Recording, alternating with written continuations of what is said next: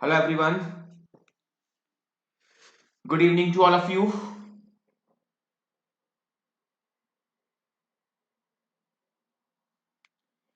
चलिए बच्चे एक बार जल्दी से please sound and video confirm करिए। ये आज हमारे क्रैश कोर्स का फोर्थ लेक्चर है। एक चैप्टर हमारा कंप्लीट हो चुका है, ऑडिट ऑफ सीएफएस। अगला चैप्टर अभी हमारा वर्क इन प्रोग्रेस है, due diligence, investigation and forensic audit. Due diligence हमने कल की क्लास में काफी हद तक कवर कर लिया था। आज हम ड्यू डिलिजेंस कवर कंप्लीटली करेंगे और इन्वेस्टिगेशन वो करेंगे। चलिए प्लीज मुझे जल्दी से एक बार साउंड एंड वीडियो कंफर्म कर दीजिए, जल्दी जल्दी जल्दी।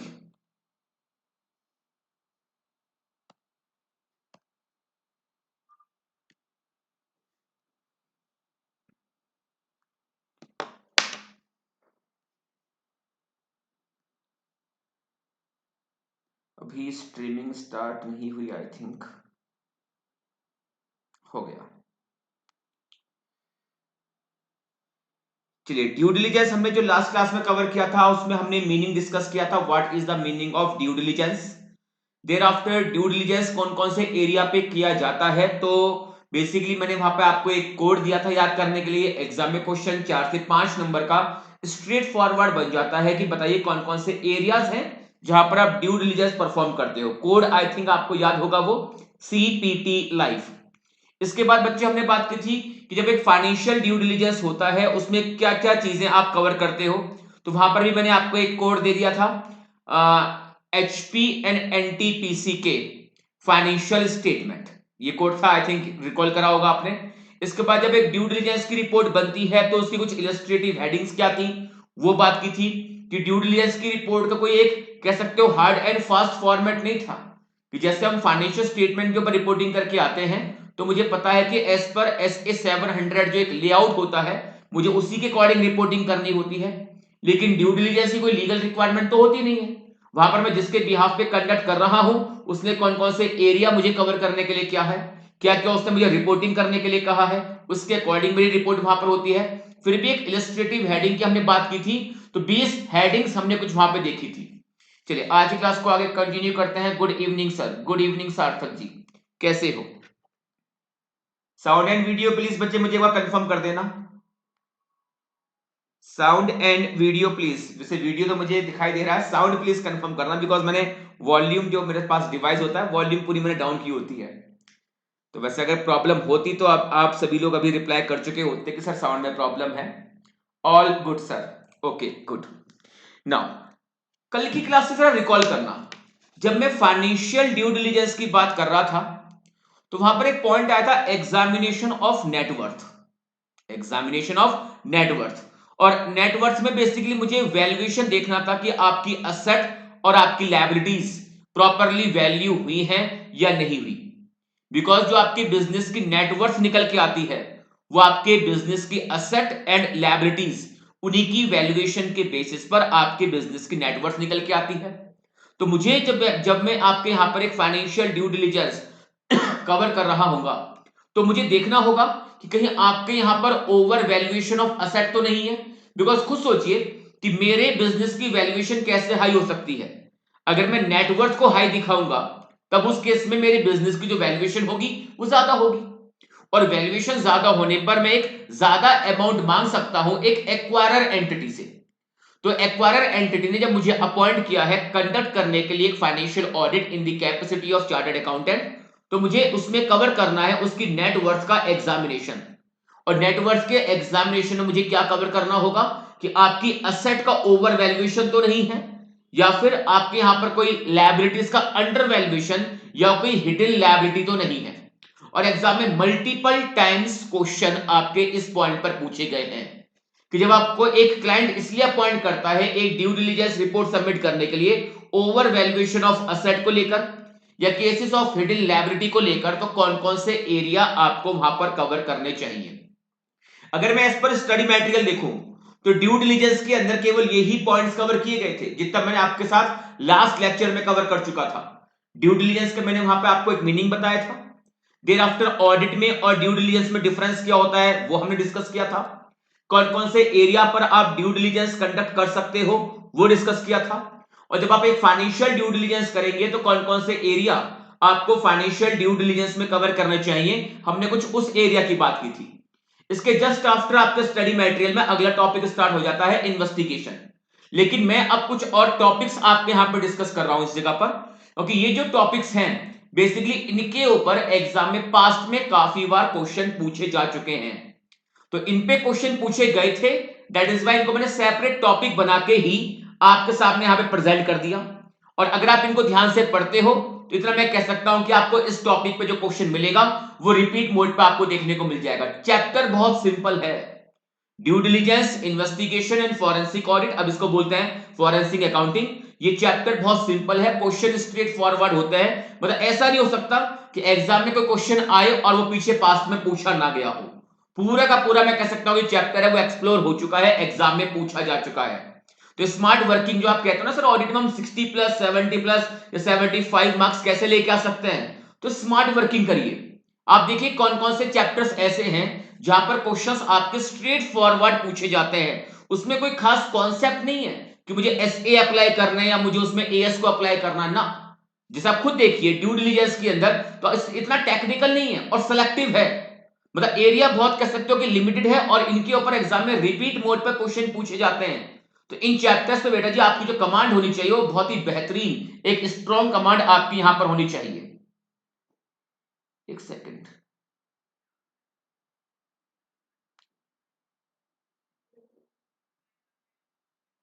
चल रहा है, ठीक है। चलिए, तो आज का हमारा पहला टॉपिक होगा due diligence with respect to hidden liabilities. एक क्लाइंट ने आपको अपॉइंट किया है और ये कहते हुए कि सर, एक सेकंड, कह रहे कि क्लास हैंग हो रही है तुम्हारी। क्लास हैंग हो रही है, नेट चेक करें एक बार। नहीं चल रहा है वो तो कह रहे हैं चल रहा है। बच्चे, क्लास में कोई प्रॉब्लम हो रही है क्या? सर पूछ रहे हैं बच्चों से।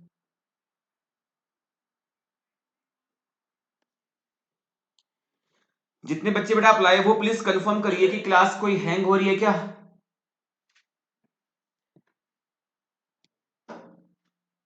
हैंग नहीं हो रही है, मतलब तो नहीं है। नहीं हो रही है, बच्चे भी बोल रहे नहीं हो रही, ठीक है।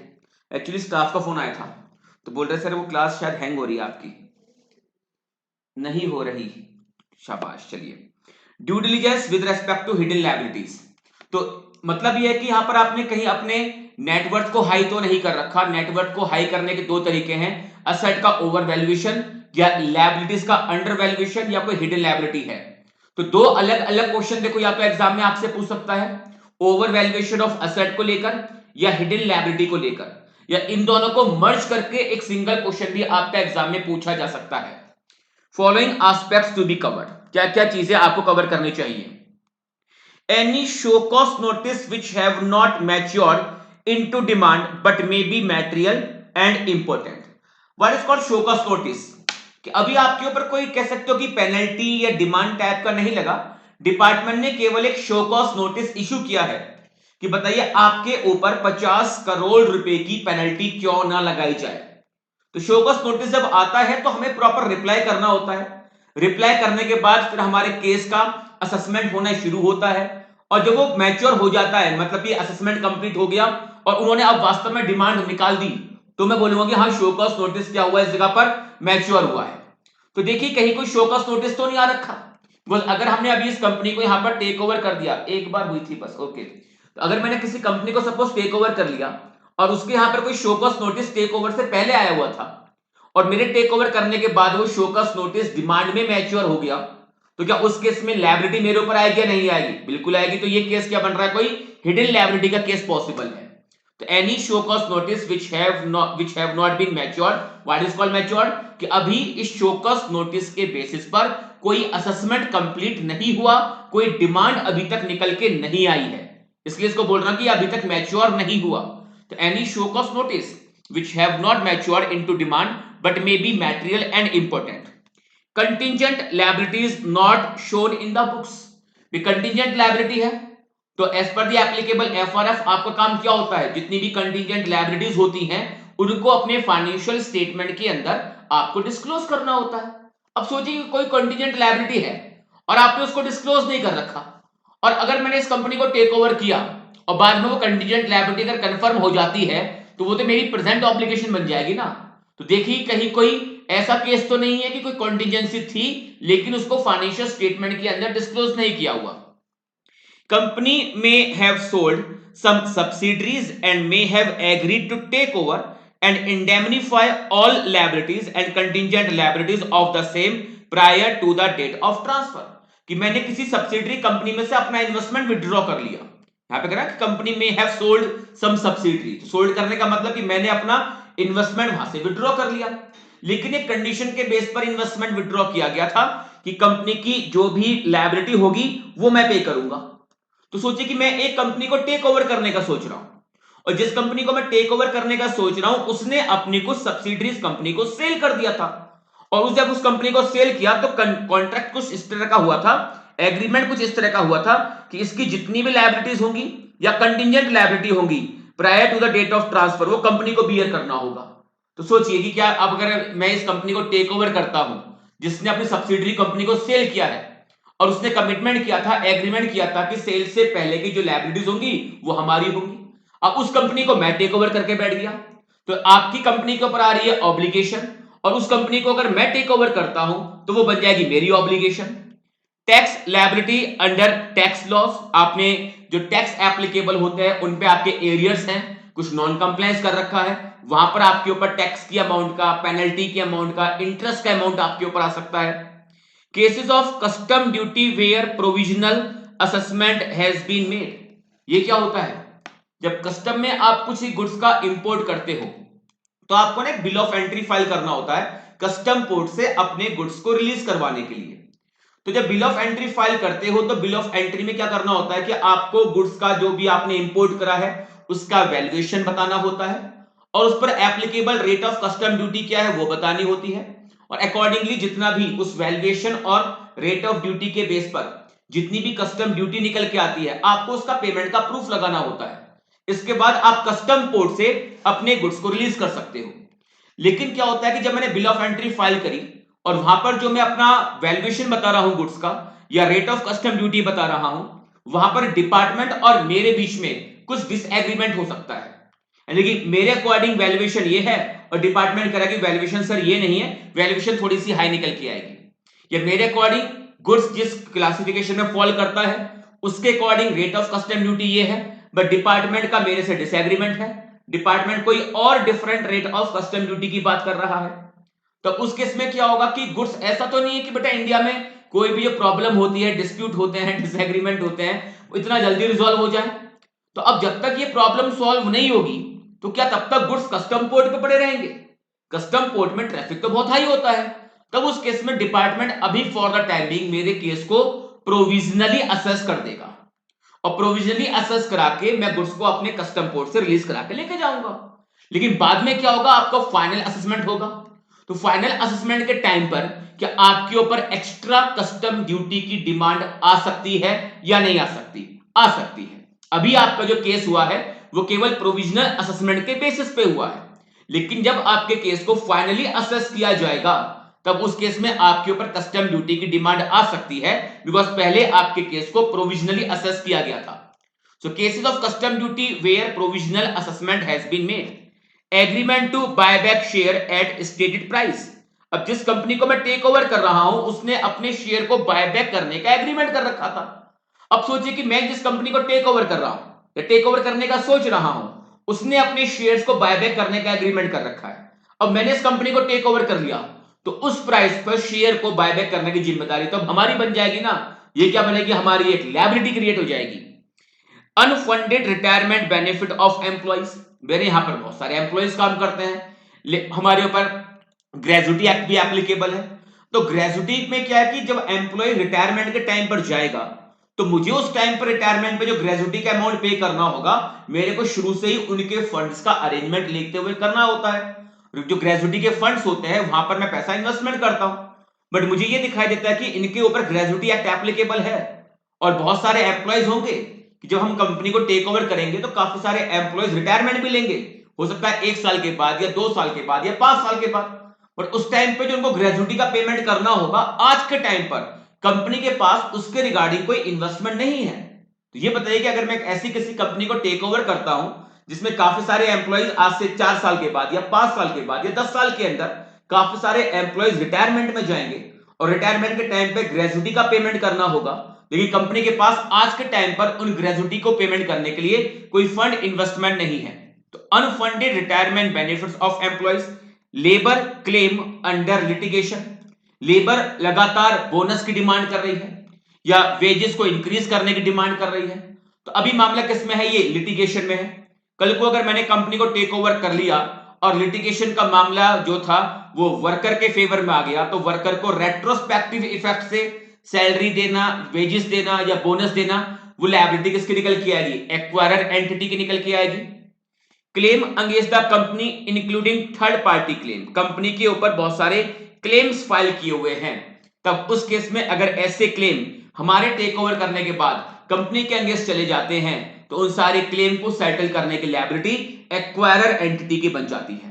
तो these are the some possible cases of hidden liabilities. अच्छा बताइए बच्चे, ये एग्जॉस्टिव है या ये इलस्ट्रेटिव है? ये एग्जॉस्टिव है या इलस्ट्रेटिव है? These are illustrative only, these are illustrative only, exhaustive नहीं है। एग्जॉस्टिव का मतलब क्या है? हार्ड एंड फास्ट, ऐसा नहीं है। तो एग्जाम में अगर क्वेश्चन 4 नंबर का आता है तो कम से कम 8 पॉइंट आप लिख के आइए कि कौन कौन से possible case of hidden liability के बन सकते हैं।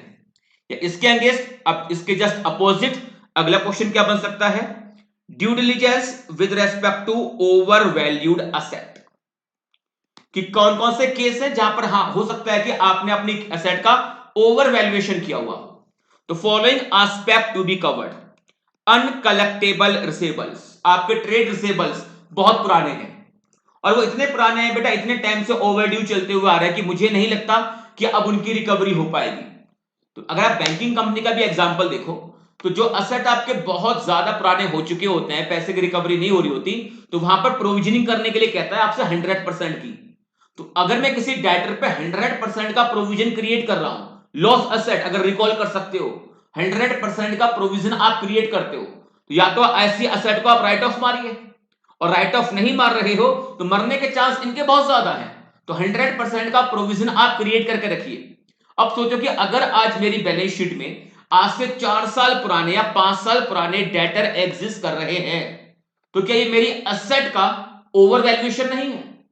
क्या मुझे डेटर को अपनी बैलेंस शीट में से राइट ऑफ कर देना चाहिए था या नहीं कर देना चाहिए था? बिल्कुल करना चाहिए था, लेकिन आपने राइट ऑफ नहीं किया हुआ है, इसका मतलब आपकी असेट क्या हो रही है? इस जगह पर ओवर वैल्यू हो रही है। Obsolete, slow and non moving inventories and inventories valued above net realisable value. अब देखिए आपके यहां पर जो इन्वेंट्री है वो ऑब्सोलीट आइटम या स्लो मूविंग आइटम या नॉन मूविंग आइटम की इन्वेंट्रीज है, लेकिन आपने इनको नेट रिलायजेबल वैल्यू से भी ज्यादा पर वैल्यू कर रखा है। आपने वैल्यू कर रखा है इसको सपोज कॉस्ट पर, लेकिन जो ऑब्सोलीट आइटम होते हैं यानी कि आउटडेटेड आइटम होते हैं, उनकी जो नेट रिलायजेबल वैल्यू होती है वो क्या होगी बेटा? कॉस्ट के मुकाबले क्या होगी? काफी हद तक कम हो जाएगी। लेकिन आपने जो उनको वैल्यू कर रखा है वो इनकी नेट रिलायजेबल वैल्यू से ज्यादा पर वैल्यू कर रखा है। लेकिन आपकी जो इन्वेंट्री है, कहने को ये इन्वेंट्री भी आपकी बुक्स में से राइट ऑफ होनी चाहिए, या राइट ऑफ अगर नहीं कर रहे हो तो अल्टीमेटली उसकी नेट रिलायजेबल वैल्यू है उतने पे आप लेके आ जाइए। लेकिन आपने अपने असेट को ओवर वैल्यू करने के लिए ऐसे आइटम ऑफ इन्वेंट्री जितने भी होंगे, आपने उनको नेट रिलायजेबल वैल्यू से भी ज्यादा की अमाउंट पर आपने इनको वैल्यू किया हुआ है। Obsolete and unused plant and machinery and their spares, आपकी प्लांट एंड मशीनरी है ऑब्सोलीट हो चुकी है, अनयूज्ड है मतलब कि अब ये यूज नहीं होगी, आउटडेटेड हो चुकी है, और फिर भी वो आपकी बुक्स में कॉस्ट माइनस जितना भी आपने इसको डेप्रिशिएट करा है उतने पे आप लेके चल रहे हो। भाई इसकी कोई वैल्यू नहीं है, इनकी कोई वैल्यू नहीं है। और अगर आपने AS 28 पढ़ा हो ध्यान से इंपेयरमेंट को लेकर, तो उसमें क्या होता है, आप इंपेयरमेंट लॉस कैसे निकालते हो कि किसी भी असेट से फ्यूचर में जो इकोनॉमिक बेनिफिट्स आएंगे आप उनकी प्रेजेंट वैल्यू निकालते हो, that is called as recoverable amount, recoverable amount. और उस रिकवरेबल अमाउंट को आप आज की जो कैरिंग वैल्यू होती है उसके साथ आप कंपेयर करते हो, और अगर कैरिंग वैल्यू ज्यादा होती है और रिकवरेबल अमाउंट कम होती है, तब ऐसे असेट के ऊपर आप इंपेयरमेंट लॉस प्रोवाइड कर देते हो। ये वही तो एग्जांपल बन रहा है कि आपके यहां पर सपोज कोई प्लांट एंड मशीनरी है, आउटडेटेड हो चुकी है, लेकिन आपको उसके ऊपर इंपेयरमेंट लॉस प्रोवाइड करना चाहिए था, बट आपने नहीं कर रखा। तो अगर किसी असेट पर इंपेयरमेंट लॉस होता है और वो लॉस आप उस पर प्रोवाइड नहीं कर रहे, तो इसका मतलब क्या है कि आपने अपनी असेट को ओवर वैल्यू कर रखा है। asset value which have impaired due to sudden fall in market value, ऐसी asset जिसकी वैल्यू एक साथ गिर जाती है due to sudden fall in market value, उस पर इंपेयरमेंट लॉस ड्यू था, बट आपने इंपेयरमेंट लॉस उस पर प्रोवाइड नहीं कर रखा। तो देखा जाए तो point number 3 and point number 4 काफी हद तक सिमिलर है। asset valued above market value due to capitalization of expense foreign exchange fluctuation, फिर आपने किसी असेट में खर्चे कैपिटलाइज करते करते इतना ज्यादा खर्चा कैपिटलाइज कर दिया कि वो उसकी मार्केट वैल्यू से कहीं ज्यादा जा रहा है। सर ये वाली बात समझ में नहीं आई। सिंपल सी बात है, एक असेट को आप कंस्ट्रक्ट कर रहे हो, जनरेट कर रहे हो, बना रहे हो, उसको बनाने में खर्चे हो रहे हैं। अब जब तक मेरी असेट रेडी टू यूज ना हो जाए, तब तक सारे खर्चे आप क्या करेंगे, उसको ऊपर कैपिटलाइज करेंगे। आपने इतने सारे खर्चे कैपिटलाइज कर दिए कि अगर मैं इसको परचेज करके लेके आता ना, तो हो सकता है कि मेरी जो परचेज प्राइस है वो उससे कम का निकल के आता। सपोज कि किसी एसेट का परचेज प्राइस 10 लाख का है, आपने कहा कि नहीं हम इसको खरीद के लेके नहीं आएंगे, हम उसको बनाएंगे, और बनाने में आपने 15 लाख रुपए खर्च कर दिए। तो कहने को आपने 15 लाख रुपए खर्च हुए हैं, तो आपकी जो असेट बनी वो 15 लाख की बनी है, बट अगर मैं उसको परचेज करके लेके आता वो तो 10 लाख की आती। तो 10 लाख की असेट आपको 15 लाख की पड़ी, 10 लाख की असेट आपको 15 लाख की पड़ी। बताओ क्या ये आपकी असेट का ओवर वैल्यूएशन बनेगा या नहीं बनेगा? या फिर क्या है, चलिए मैंने असेट को परचेज करने के लिए इंपोर्ट किया था बेसिकली, और इंपोर्ट जो मैंने किया था तो फॉरेन बैंक से मैंने लोन लिया हुआ था, अब उसकी मुझे इंस्टॉलमेंट चुकानी होती है। अब इंस्टॉलमेंट चुकानी होती है तो मुझे तो अपने यहां पर जो ऑब्लिगेशन लेके चलनी होगी, वो कब लेके चलनी होती है, जो मेरे यहां पर 31 मार्च को जो करेंसी का एक्सचेंज रेट होगा उसके अकॉर्डिंग मैं, अगर मेरा पेमेंट ज्यादा जा रहा होगा, तो जितना पेमेंट ज्यादा जाता है आपने पढ़ा होगा AS 11 के अंदर, तो उस केस में उसको जितना प्रिंसिपल अमाउंट आपका ज्यादा जाता है due to fluctuation in foreign currency, तो उतना अमाउंट आप असेट की कॉस्ट में क्या करते हो, ऐड कर देते हो, जिसकी वजह से उसकी वैल्यू क्या हो जाती है, वो हाई निकल के आती है। असेट अंडर लिटिगेशन, असेट को लेकर कोई लीगल डिस्प्यूट चल रहा है। Investment shown at cost whose market value is much lower, आपने कहीं इन्वेस्टमेंट करा हुआ था, मार्केट वैल्यू बहुत कम हो चुकी है, लेकिन फिर भी आप उसको कॉस्ट पे ही लेके चल रहे हो। पढ़ा होगा ना आपने इन्वेस्टमेंट अकाउंटिंग के अंदर कि जब मैं कहीं पर इन्वेस्टमेंट करता हूं और इन्वेस्टमेंट मेरा लॉन्ग टर्म पर्पस के लिए होता है, तो इन्वेस्टमेंट को मैं कॉस्ट पे लेके चलता हूं unless if there is any permanent decline. तो इन्वेस्टमेंट को आप कॉस्ट पे लेके चल रहे हो जबकि मार्केट वैल्यू उसकी काफी हद तक गिर चुकी है। Investment carrying very low rate of return, आपकी इन्वेस्टमेंट तो है बट काफी कम रेट ऑफ रिटर्न वो आपको प्रोवाइड करा रही है। Infructuous project expenditure, what is called infructuous, unfruitful. आपने सपोज कि किसी प्रोजेक्ट के ऊपर आपने बहुत मोटा पैसा लगा दिया, लेकिन प्रोजेक्ट सपोज आज से 5 या 10 साल पहले आपने लॉन्च किया था, जो प्रोजेक्ट आपने 5 से 10 साल पहले लॉन्च किया था उस टाइम पर प्रोजेक्ट में दम था, और अगर आप उसको 2 या 3 साल में प्रोजेक्ट को कंप्लीट कर लेते तो वो प्रोजेक्ट आपके लिए फ्रूटफुल होता और वो आपको अच्छा खासा रिवेन्यू जनरेट करके देता। लेकिन 10 साल बाद जब प्रोजेक्ट आके कंप्लीट हुआ है, तो मार्केट में सिमिलर प्रोजेक्ट बेटा आके पैसा कमा के निकल चुके हैं, और आपका प्रोजेक्ट तो अब तैयार हुआ है। अब आपका जो प्रोजेक्ट है वो आपको इतना ज्यादा, मैं कह सकता हूं कि रिवेन्यू जनरेट करके नहीं देगा, बिकॉज मार्केट इसकी ऑलमोस्ट पूरी खत्म हो चुकी है। तो अगर ऐसे प्रोजेक्ट पे आपने खर्चा किया हुआ था, तो आप उसको कैपिटल एक्सपेंडिचर करते हुए आप इसे कैपिटलाइज करते हुए आ रहे होंगे, अकॉर्डिंगली वो आपके एसेट में आ रहा होगा और आपके एसेट का ओवर वैल्यूएशन निकल के आएगा। इंटेंजिबल एसेट आपके पास है जिनकी आज के टाइम पर कोई वैल्यू नहीं है, अगर इंटेंजिबल एसेट हैं जिनकी कोई वैल्यू नहीं है, तो आपको इनको कंप्लीटली एमोर्टाइज कर देना चाहिए था, बट आपने इन्हें एमोर्टाइज नहीं किया हुआ, ये अभी भी आपकी बैलेंस शीट में आ रही है। It is simply a case of over valuation of asset. तो बच्चे प्लीज एक बार जल्दी से ना रिप्लाई कर दीजिए, ये हिडन लायबिलिटी और ओवर वैल्यूएशन क्लियर है या नहीं। एग्जाम के पॉइंट से बात करें तो दोनों के ही ऊपर आप मोस्ट इंपोर्टेंट मार्क करिए। दोनों के ही ऊपर आप मोस्ट इंपोर्टेंट मार्क कर लीजिए। नोट्स तो मिलेगी ना आप सभी को, इतना तो कंफर्म कर दोगे मेरे को आप? रिप्लाई वैसे बहुत कम करते हो आप, फाइनल के बच्चे हो, रिप्लाई करना पसंद नहीं करते। इंटर वाले बच्चे होते हैं ना, कूद कूद कर रिप्लाई कर रहे होते हैं। लेकिन एक डिफरेंस तो मैंने देखा है कि इंटर और फाइनल वाले बच्चों में काफी डिफरेंस आ जाता है कि फाइनल वाला बच्चा जो होता है बहुत ही सेलेक्टिव रिप्लाई करता है। क्लियर है सर? अच्छा एक चीज प्लीज कंफर्म कर दो, नोट्स अब आप सभी के पास अवेलेबल हुए या नहीं हुए? नोट्स आप सभी के पास अवेलेबल हुए हैं या नहीं हुए?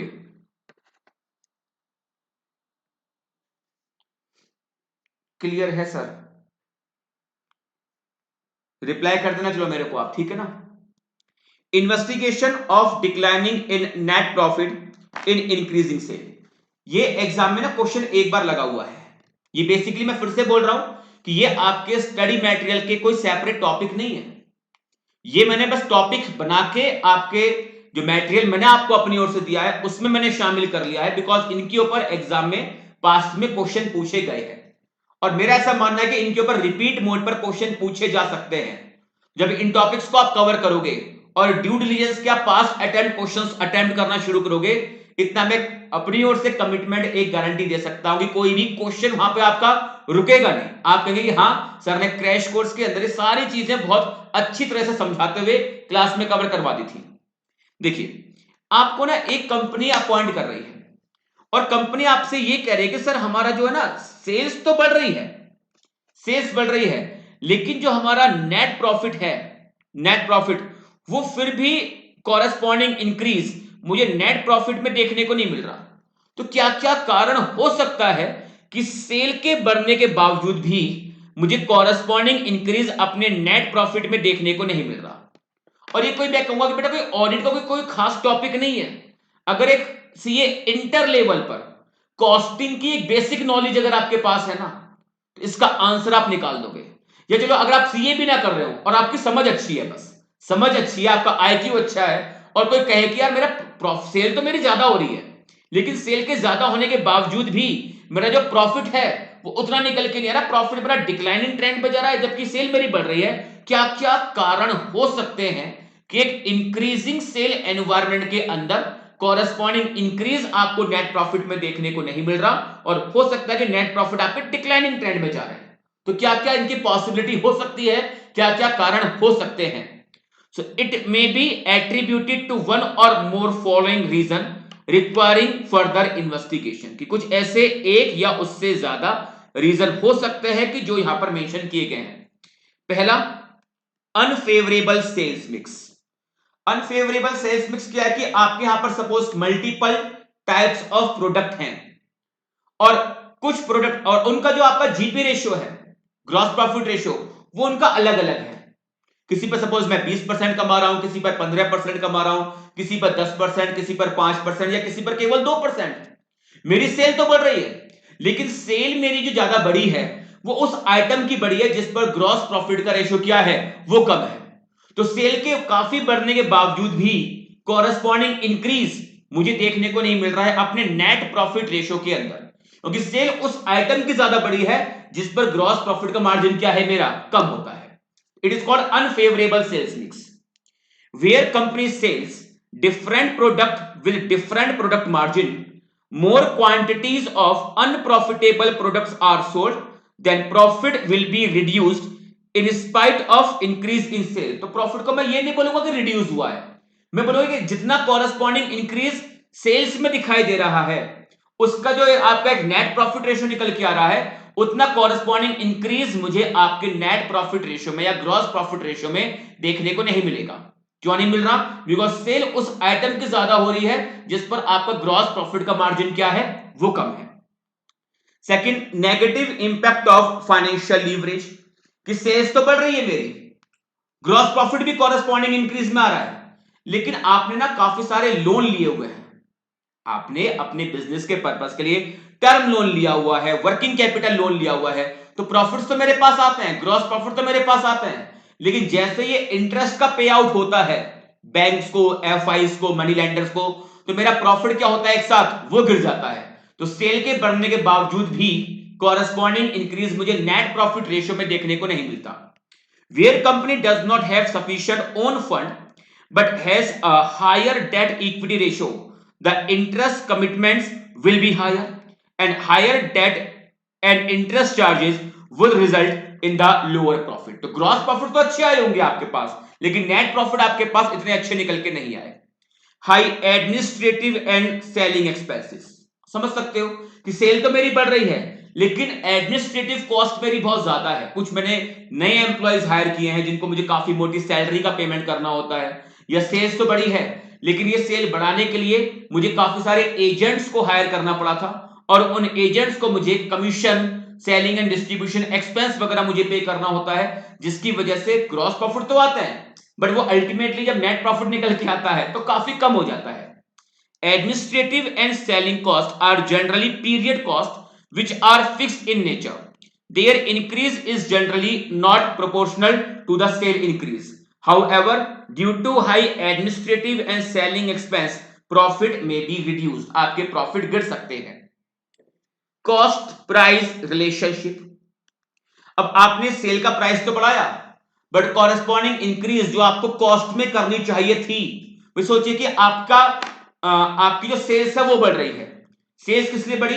बिकॉज मैंने सेलिंग प्राइस को हाई करा, लेकिन सेलिंग प्राइस तो आपने हाई करा लेकिन जितना कॉरेस्पॉन्डिंग इंक्रीज कॉस्ट में करना चाहिए था वो वहां पर मुझे दिखाई नहीं दे रहा है। लेकिन आपकी कॉस्ट ज्यादा हुई है, आपकी कॉस्ट ज्यादा हुई है लेकिन सेलिंग प्राइस को जितना प्रोपोर्शनेट बेस से मुझे हाई करना चाहिए था उतना हाई नहीं करा, तो सेल तो आपकी बढ़ी लेकिन कॉस्ट भी तो बढ़ी थी आपकी।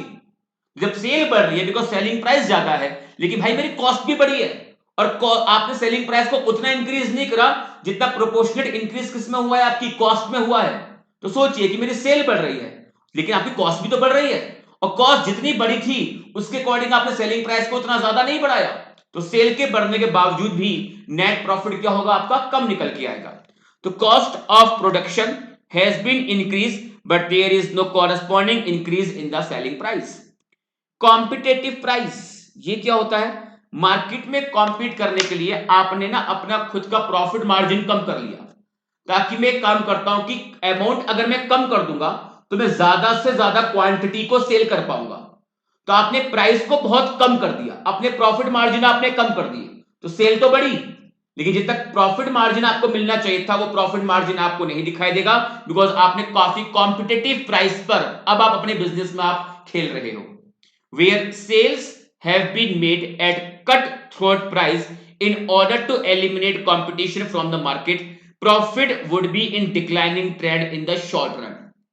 Addition to fixed cost, जब मैं अपने यहां पर फिक्स असेट, सपोज कि आपने कोई फिक्स असेट को एक्वायर किया, तो फिक्स असेट को एक्वायर करने पर आपके यहां पर P&L के अंदर एक कॉस्ट आपकी डेबिट की जाएगी कॉल्ड एज डेप्रीशिएशन। तो प्रॉफिट तो आपके पास अच्छे आए, ग्रॉस प्रॉफिट आपके पास अच्छे आए, लेकिन डेप्रीशिएशन की एंट्री पास करने के साथ ही वो प्रॉफिट मेरे एक साथ गिर जाते हैं। तो जितना मुझे इंक्रीज दिखाई दिया था अपनी सेल्स के अंदर, मुझे उतना इंक्रीज अपने नेट प्रॉफिट में दिखाई नहीं देगा। तो where there are heavy addition to fix asset and consequent depreciation charges in the initial year of addition, there may be reduction in profit in spite of increase sale. तो exam में question एक बार लगा हुआ है, इसको आप 4 से 5 नंबर के लिए मार्क कर सकते हो। एक केस स्टडी टाइप का बना के आपसे क्वेश्चन पूछ सकता है, 4 to 5 मार्क्स।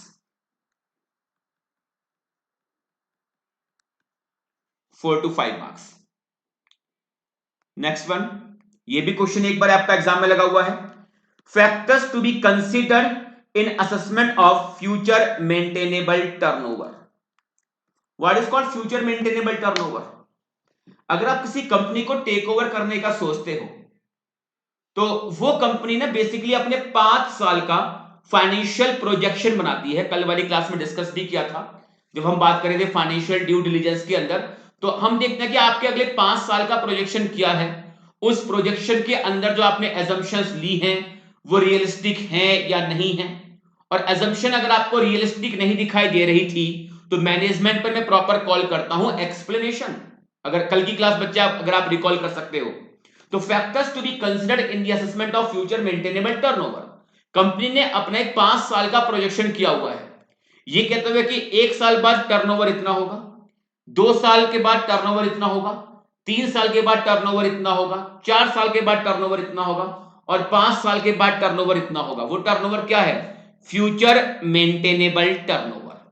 अब आपको यह देखना है कि फाइनेंशियल प्रोजेक्शन के अंदर जितना टर्नओवर क्लेम किया जा रहा है कि कंपनी का 1 साल के बाद, 2 साल के बाद, 3 साल के बाद, 4 साल के बाद, 5 साल के बाद टर्नओवर इतना होगा, क्या ये टर्नओवर अचीव वास्तव में हो भी पाएगा या नहीं हो पाएगा? आपको इसको असेस करना है, आपको इसको असेस करना है। तो इन assessing the turnover which business would be able to maintain in the future, the following factors should be taken into account. Total 4 factor यहां पे दिए हुए हैं और बेटा मैं फिर से बोलूंगा कि ये जो फैक्टर्स हैं these are illustrative only, hard and fast नहीं है। लेकिन प्रॉब्लम ये है हमारी कि अगर ऐसा क्वेश्चन अब दोबारा से एग्जाम में आता है तो आपको सेम यही पॉइंट लिख के आना है, बिकॉज आईसीएआई का जो स्टडी मटेरियल है, सजेस्टेड आंसर है, not study material, suggested answer, उसमें यही पॉइंट लिखे हुए हैं। तो प्लीज आप ना कुछ और भी पॉइंट बन सकते हैं, सोच सकते हो कि हाँ सर ऐसा भी हो सकता है, वैसा भी हो सकता है, but to the extent possible जो आपका आंसर होना चाहिए एग्जाम में वो आपका उससे काफी हद तक मैच करता हो जो आईसीएआई ने सजेस्टेड आंसर में रिलीज किया हुआ है। और उन्होंने वहां पर 4 फैक्टर्स दिए हैं, इन 4 फैक्टर के बेस पर आप असेस कर सकते हो कि एक एंटिटी जो अपने फाइनेंशियल प्रोजेक्शन के अंदर फ्यूचर मेंटेनेबल टर्नओवर क्लेम कर रही है वो वास्तव में कंपनी के टर्नओवर अचीव हो पाएंगे या नहीं हो पाएंगे। First one is competition. What is likely effect on business if other manufacturer enter the same field or if product which would sell in the competition are placed on market at cheaper rate. कि ठीक है, company कह रही कि भाई हमारा 1 साल के बाद टर्नओवर इतना होगा, 2 साल के बाद टर्नओवर इतना होगा। जैसे कि ना अभी मैं कल एक शार्क इंडिया का एक एपिसोड देख रहा था, तो उसमें ना कोई एक एंटरप्रेन्योर आया था और वो टेलीविजन टीवी की बात कर रहा था कि वो टीवी को ना चीप रेट पर लेके आएगा। मतलब वो 5000 में आई थिंक एक स्मार्ट टीवी ऑफर कर रहा था। स्मार्ट टीवी जो नहीं था, नॉट स्मार्ट टीवी, एलईडी, एक एलईडी टीवी 24 इंच की स्क्रीन का टीवी था, वो 5000 के आसपास उसको वो ऑफर कर रहा था। तो वहां पर जो शादी.com का फाउंडर है ना, मेरा माइंड से उसका नाम निकल रहा है, देखा तो होगा आप सब लोगों ने। तो शादी.com का जो फाउंडर था उसने कहा कि आप अपने प्रोडक्ट को इसलिए सक्सेसफुल मान सकते हो कि वो कम रेट पर है। तो उसने कहा कि कभी भी कम रेट पर अगर आप खेल रहे हो तो प्लीज इसको आप ये मत मानिए कि आपने बहुत बड़ी मार्केट को आपने कैप्चर कर लिया, बिकॉज आपसे भी कोई बड़ा प्लेयर आके अगर उससे कम रेट पर वो सेल करना शुरू करेगा तो वो आपकी सेल को खा जाएगा।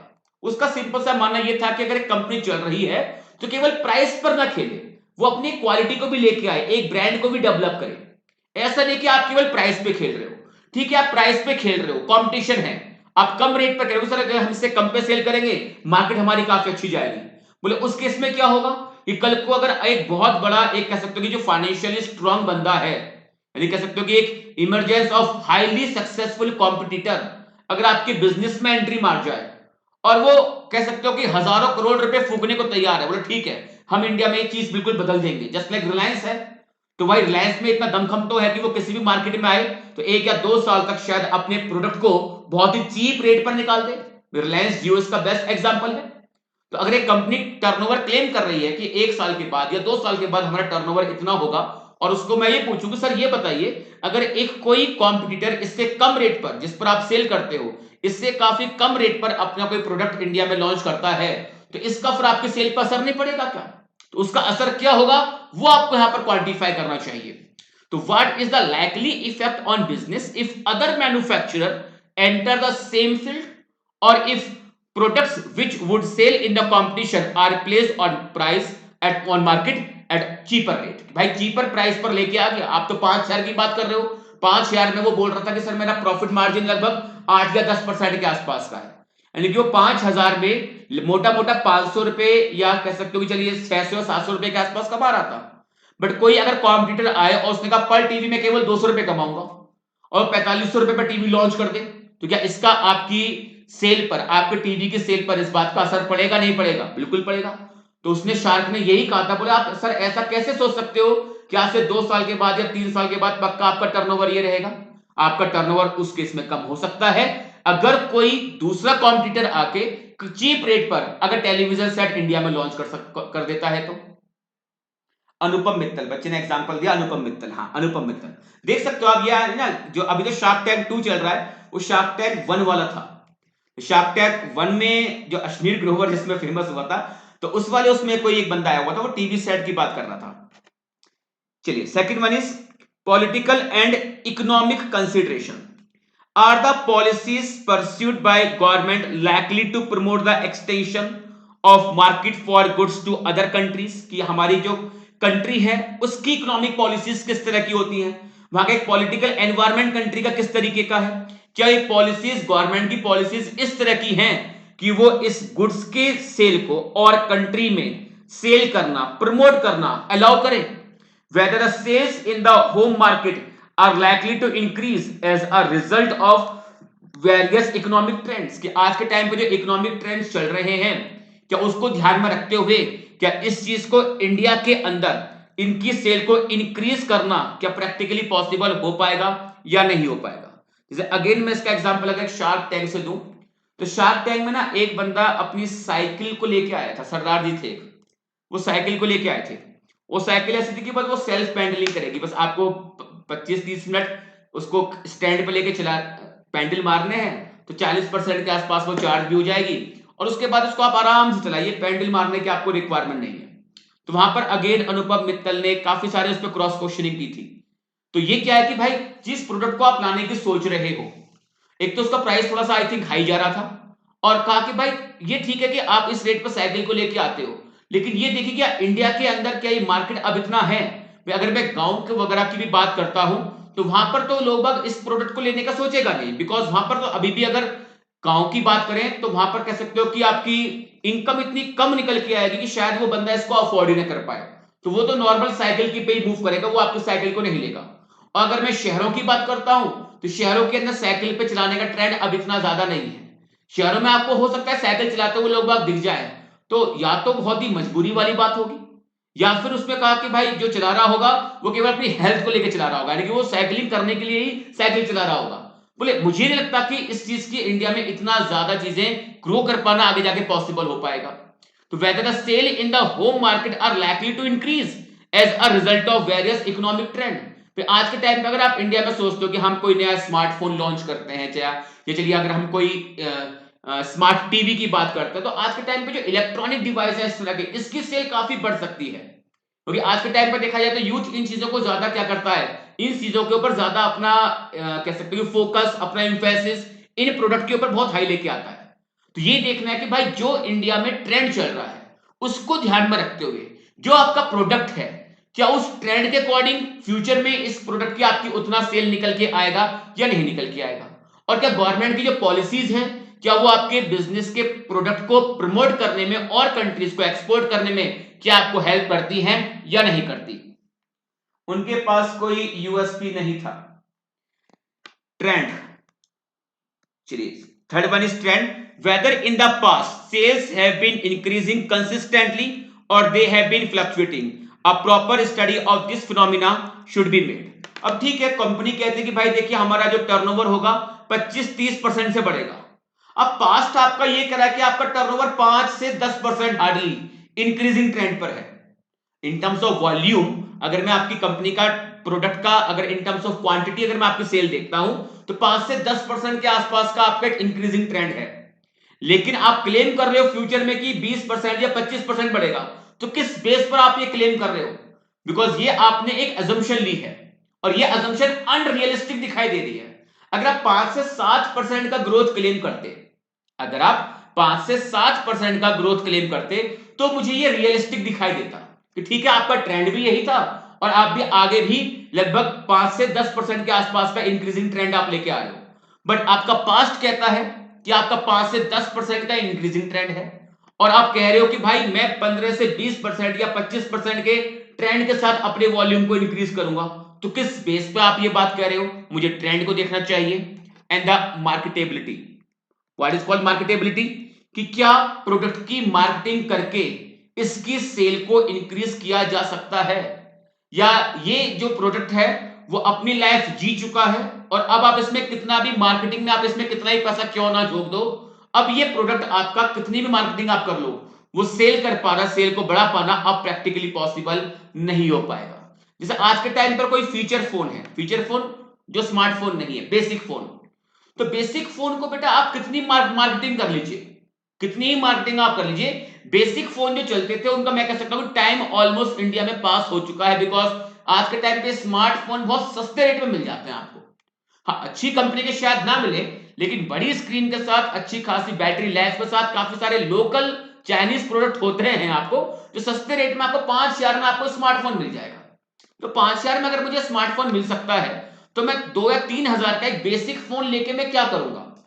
तो 2 या 3 जो आपके बेसिक फोन थे भाई साहब, मैं कह सकता हूं कि इंडिया में जो उनकी लाइफ है वो ऑलमोस्ट खत्म हो चुकी है।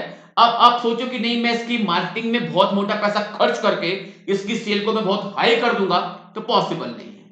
तो यही बोल रहा है, is it possible to extend the sale into new market, or that these have been fully exploited, product wise estimation should be made. कि आपके ऐसे कौन कौन से प्रोडक्ट हैं जिनकी अगर हम मार्केटिंग करें तो उसकी सेल को हम इंक्रीज कर सकते हैं, जबकि कुछ प्रोडक्ट मैं कह सकता हूं जो ऑब्सोलीट हो जाते हैं, आउटडेटेड हो जाते हैं, उसके ऊपर आप मार्केटिंग में कितना ही पैसा क्यों ना झोंक दीजिए, लेकिन वो अब आपका आपकी सेल को इंक्रीज करके नहीं दे सकते। तो मुझे इसकी भी आपके प्रोडक्ट वाइज एक स्टडी करनी चाहिए, that is called as marketability.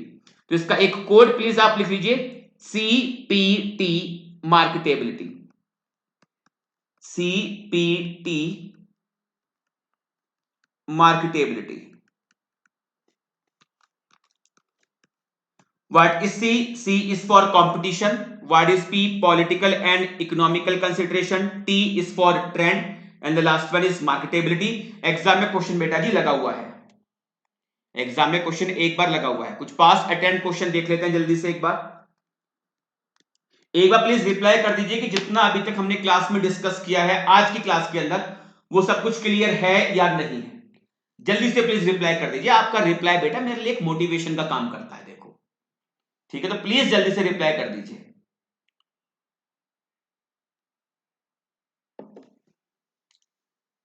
जल्दी से प्लीज रिप्लाई करिए कि आज की क्लास में जो टॉपिक हमने कवर किए हैं वो सब कुछ क्लियर है या नहीं है।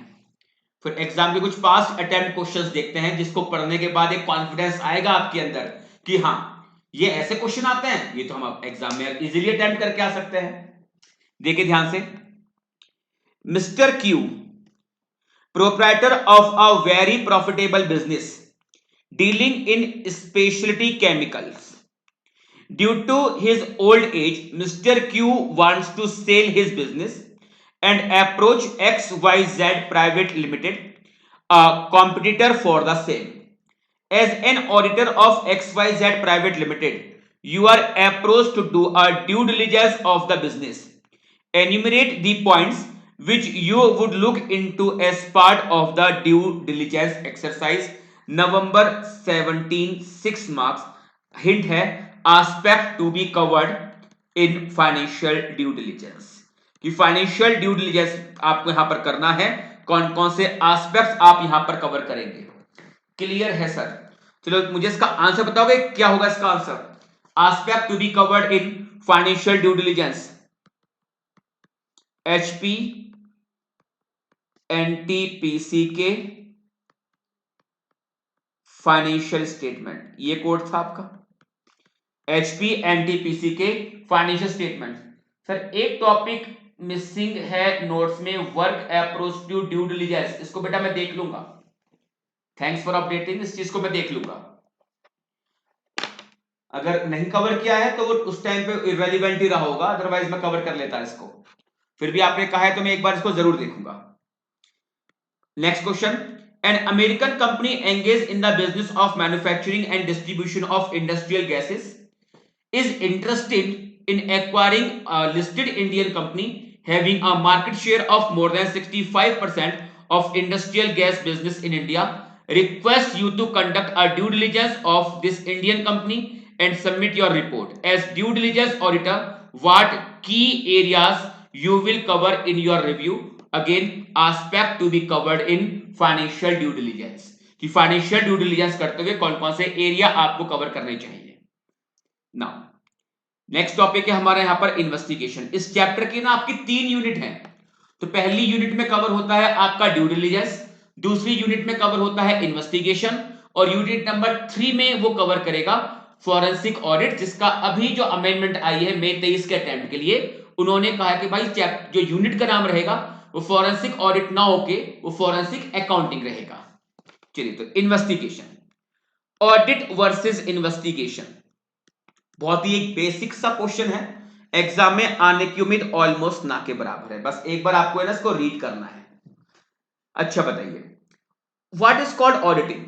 ऑडिट आप क्यों करते हो? Audit is independent examination of financial information of any entity to express an opinion on the true and fair view of the financial statement. यानी मैं कह सकता हूं कि ऑडिट जो होती है उसका एक प्रॉपर ऑब्जेक्टिव है, और वो ऑब्जेक्टिव क्या है? ओपिनियन देना फाइनेंशियल स्टेटमेंट के ट्रू एंड फेयर व्यू के ऊपर।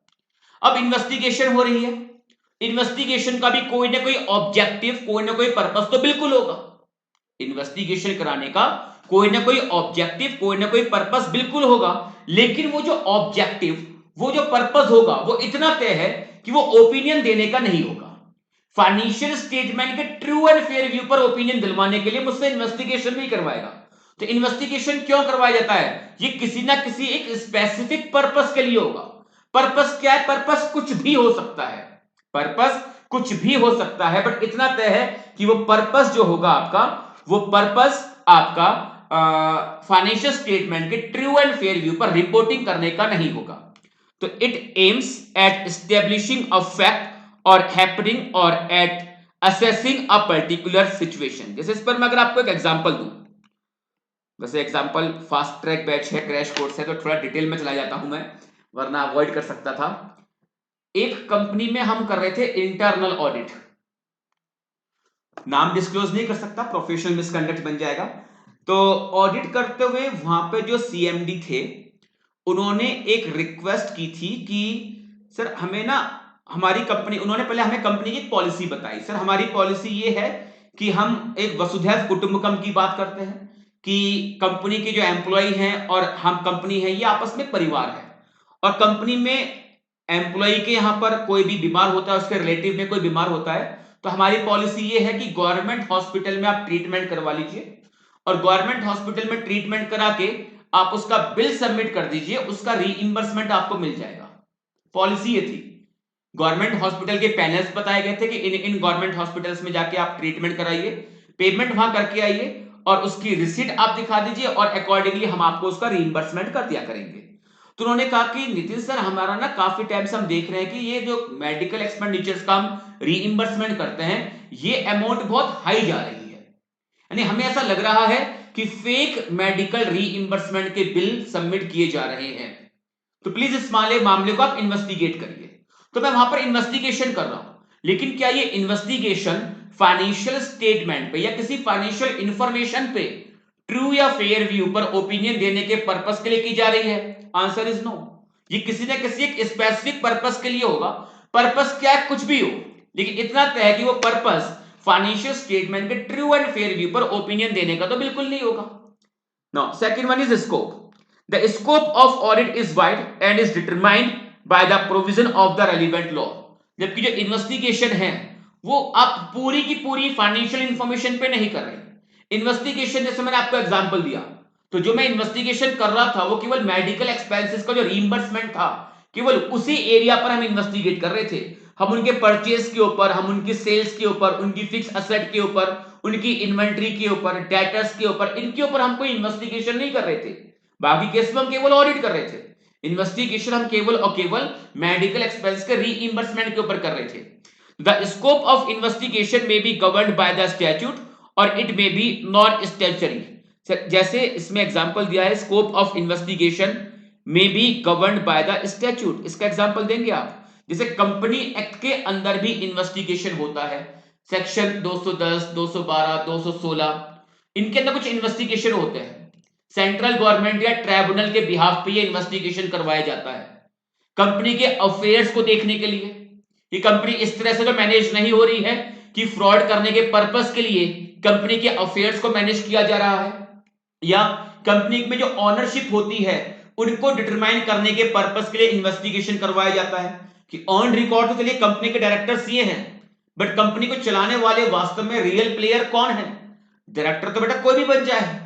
सपोज कि मैं अपने स्टाफ को बना के कंपनी का बना दूं डायरेक्टर, बट अल्टीमेटली उसको मैं कंट्रोल कर रहा हूं, तो अल्टीमेटली कंपनी को चलाने वाले मेन प्लेयर कौन है, ऑनरशिप को लेकर भी इन्वेस्टिगेशन करवाई जाती है। पीरियोडिसिटी, ऑडिट जनरली एक पीरियड कवर करती है जब हम बात करते हैं एक फाइनेंशियल ईयर की, जबकि जो इन्वेस्टिगेशन है इसमें जो आपका टाइम पीरियड कवर होता है वो जरूरी नहीं है कि वो 1 साल का ही हो, वो 1 साल का भी हो सकता है, 1 साल से कम का भी हो सकता है, 1 साल से ज्यादा का भी हो सकता है।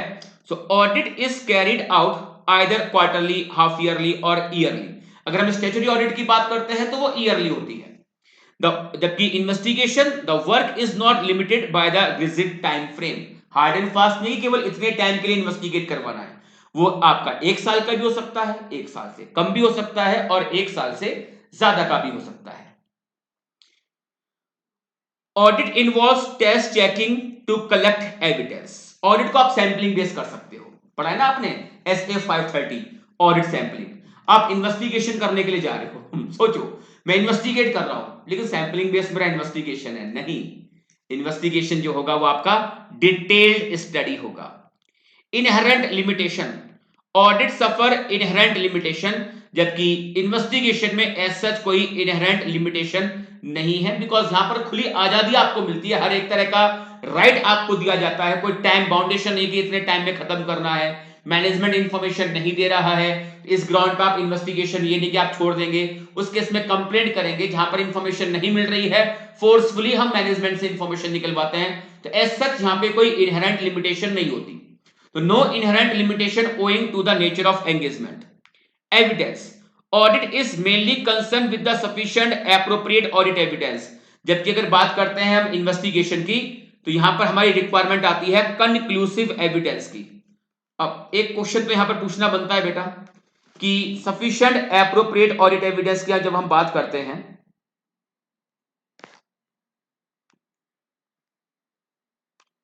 Sufficient appropriate audit evidence, basically हम यहां बात करते हैं persuasive audit evidence, persuasive audit evidence, और एक होता है term conclusive audit evidence.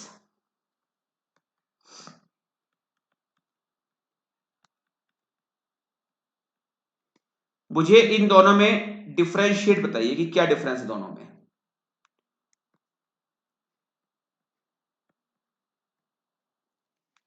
Persuasive and conclusive. Reply वैसे आप लोग करते नहीं हो लेकिन फिर भी एक छोटा सा एक विंडो दे रहा हूं सोचने के लिए, 30 सेकंड के आसपास का टाइम दे रहा हूं, प्लीज सोचिए और रिप्लाई अगर नहीं कर सकते तो प्लीज अपने मन में रिप्लाई निकाल के रखिए, फिर मैं आपको इन दोनों में डिफरेंस बता रहा हूं। 30 सेकंड का एक छोटा सा विंडो मैं आपको दे रहा हूं सोचने के लिए। कोई रिप्लाई अगर इस बीच कर सकता है तो मोस्ट वेलकम, रिप्लाई कर दे।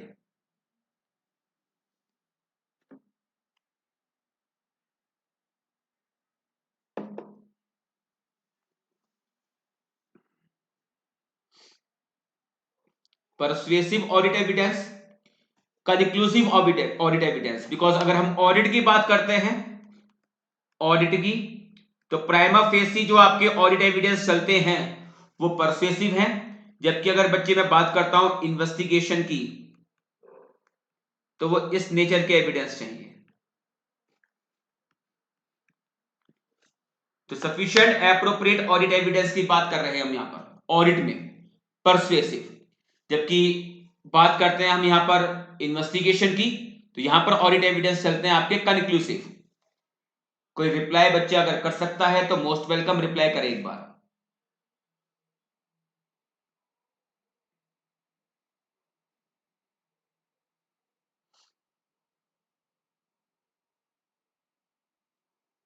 सर नहीं पता, नहीं पता, नाले को पता नहीं रिप्लाई क्यों नहीं करते आप लोग, मुझे को ये चीज बहुत बुरी लगती है। सर पढ़ाओ बस, आप ज्यादा बोलो मत फालतू। हाँ चलिए, परसुएसिव ऑडिट एविडेंस का मतलब होता है बेटा मोर कन्विंसिंग, मोर कन्विंसिंग यानी कि to the best of my knowledge, और मुझे लगता है कि हाँ ये एविडेंस सही है, मुझे लगता है कि ये सही है, मुझे कन्विंस कर रहा है, ये क्या कहलाएगा, मोर परsuasive कहलाएगा। जबकि जो कंक्लूसिव होता है, कंक्लूसिव, वो कह सकते हो कि इसमें कोई शक की गुंजाइश वाली बात ही नहीं होती। यानी परsuasive ऑडिट एविडेंस एक बेस्ट ऑडिट एविडेंस तो है, मुझे कन्विंस कर लेता है, बट इसमें इफ एंड बट वाली गुंजाइश पॉसिबल है, बट इसमें इफ एंड बट वाली गुंजाइश पॉसिबल होगी। जबकि कंक्लूसिव ऑडिट एविडेंस में कोई भी इफ कोई भी बट वाली गुंजाइश पॉसिबल नहीं है, ये हार्ड एंड फास्ट है, जैसा दिखाई दे रहा है बिल्कुल यही है, इसमें कोई कह सकते हो कि इफ एंड बट की गुंजाइश नहीं रहती। जैसे सपोज कि मैंने आपसे कहा कि बेटा आपके लिए जो मई 23 अटेम्प्ट के लिए जो अमेंडमेंट्स एप्लीकेबल हैं वो ICAI ने अमेंडमेंट्स बता दी हैं और टोटल 6 चैप्टर की अमेंडमेंट है।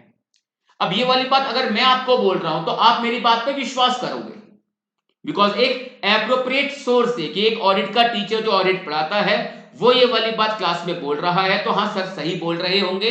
ये एविडेंस क्या है आपके लिए, परसुएसिव ऑडिट एविडेंस है, क्योंकि एक रिलायबल सोर्स से एक जानकारी आपके पास जा रही है कि ICAI ने बता दिया है किन किन चैप्टर में क्या क्या अमेंडमेंट है। तो मैं बोल रहा हूं टोटल 6 चैप्टर में अमेंडमेंट है, तो ये वाली बात को अगर आप विश्वास कर लेते हो तो ये आपके लिए परसुएसिव है, ये आपके लिए कंक्लूसिव नहीं है। सर क्यों कंक्लूसिव क्यों नहीं है, बिकॉज 1% ही सही, मैं भी तो झूठ बोल सकता हूं ना, मजाक कर सकता हूं, 1% ही सही कि मेरे एंड पर भी कुछ गलत कम्युनिकेट होने के चांस हो सकते हैं, नहीं देखो वैसे मैं करूंगा नहीं, आपका विश्वास है, बिकॉज आपको लग रहा है कि हाँ सर बिल्कुल सही बोलेंगे, तो आपका विश्वास है ना, आपके लिए क्या है, बेस्ट सेटिस्फैक्शन है, एक एप्रोप्रिएट सोर्स से आ रही है, मोर कन्विंसिंग है, ये क्या बनेगा, सफिशिएंट एप्रोप्रिएट एविडेंस, जो ज्यादा क्या होगा, मोर परसुएसिव होगा। जबकि ये 1% ही सही, मेरे ओर से भी एक गलत इंफॉर्मेशन कम्युनिकेट होने के चांस बन सकते हैं, तो इसमें इफ एंड बट वाली बात है। जबकि कंक्लूसिव एविडेंस क्या होगा, आप ICAI की वेबसाइट पे जाते हो, बोर्ड ऑफ स्टडीज में जाते हो और वहां पर आप ये फाइनल में जब auditing, advance auditing and professional ethics पर आप क्लिक करेंगे पेपर नंबर 3 पर, तो सबसे पहले आपको अमेंडमेंट का ही पॉइंट दिखाई देगा और वो अमेंडमेंट आप वहां पे डाउनलोड करते हो और आप देखते हो कि हाँ ICAI की वेबसाइट पे लिखा हुआ है क्लियर, ये डॉक्यूमेंट जो डाउनलोड किया गया है ICAI की वेबसाइट से डाउनलोड किया गया है, वहां पे 6 चैप्टर में अमेंडमेंट की बात की जा रही है, तो वो एविडेंस क्या बनेगा आपके लिए, कंक्लूसिव। तो आप खुद सोचिए कि आपको ऑडिट एविडेंस कैसे चाहिए। जब मैं बात करूंगा ऑडिट के अंदर, तो ऑडिट के अंदर एविडेंस चाहिए मुझे मोर परसुएसिव, जो होते हैं in the nature, sufficient, appropriate. जबकि अगर मैं इन्वेस्टिगेशन की बात करता हूं तो वहां पर जो एविडेंस आपको चाहिए वो चाहिए आपको कंक्लूसिव। ऑडिट को आप परफॉर्म करते हो in accordance with the standards on auditing, जबकि इन्वेस्टिगेशन करने का एज सच कोई प्रेस्क्राइब्ड स्टैंडर्ड नहीं है, there is no such standard to conduct investigation.